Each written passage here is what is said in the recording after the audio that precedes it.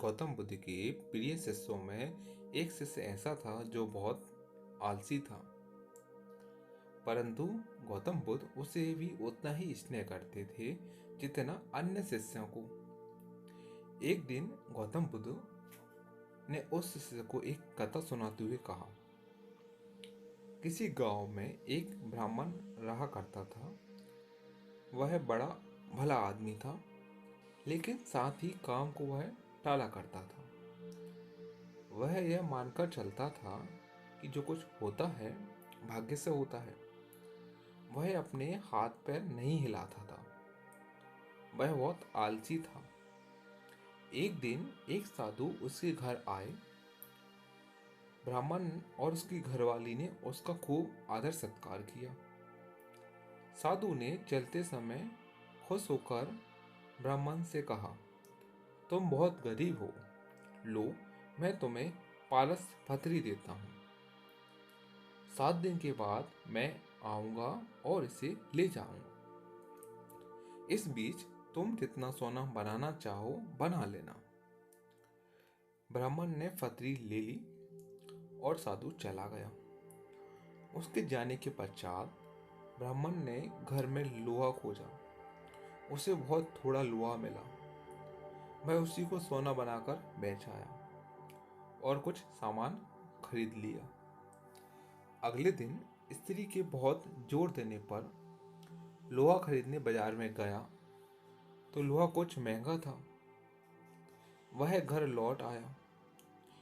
2-3 दिन बाद फिर वह बाजार गया तो पता चला कि लोहा अब पहले से भी महंगा हो गया है। कोई बात नहीं, उसने सोचा, 1-2 दिन में वह जरूर नीचे आ जाएंगे, तभी खरीदेंगे। किंतु लोहा सस्ता नहीं हुआ और दिन बीतते गए। 8वें दिन साधु आया और उसने अपनी पत्री मांगी तो ब्राह्मण ने कहा, महाराज, मेरा तो सारा समय यूं ही निकल गया। अभी तो मैं कुछ भी सोना नहीं बना पाया। आप कृपा करके इस पत्री को कुछ दिन मेरे पास और छोड़ दीजिए। लेकिन साधु राजी नहीं हुआ। उसने कहा, तुम जैसा आदमी जीवन में कुछ नहीं कर सकता। तुम्हारी जगह और कोई होता तो कुछ का कुछ कर डालता। जो आदमी समय का उपयोग नहीं जानता वह कभी सफल नहीं होता। ब्राह्मण पछताने लगा, पर अब क्या हो सकता था। साधु पत्री लेकर जा चुका था। उसे अपने आलस और भाग्य पर जरूरत से ज्यादा यकीन की कीमत चुकानी पड़ी।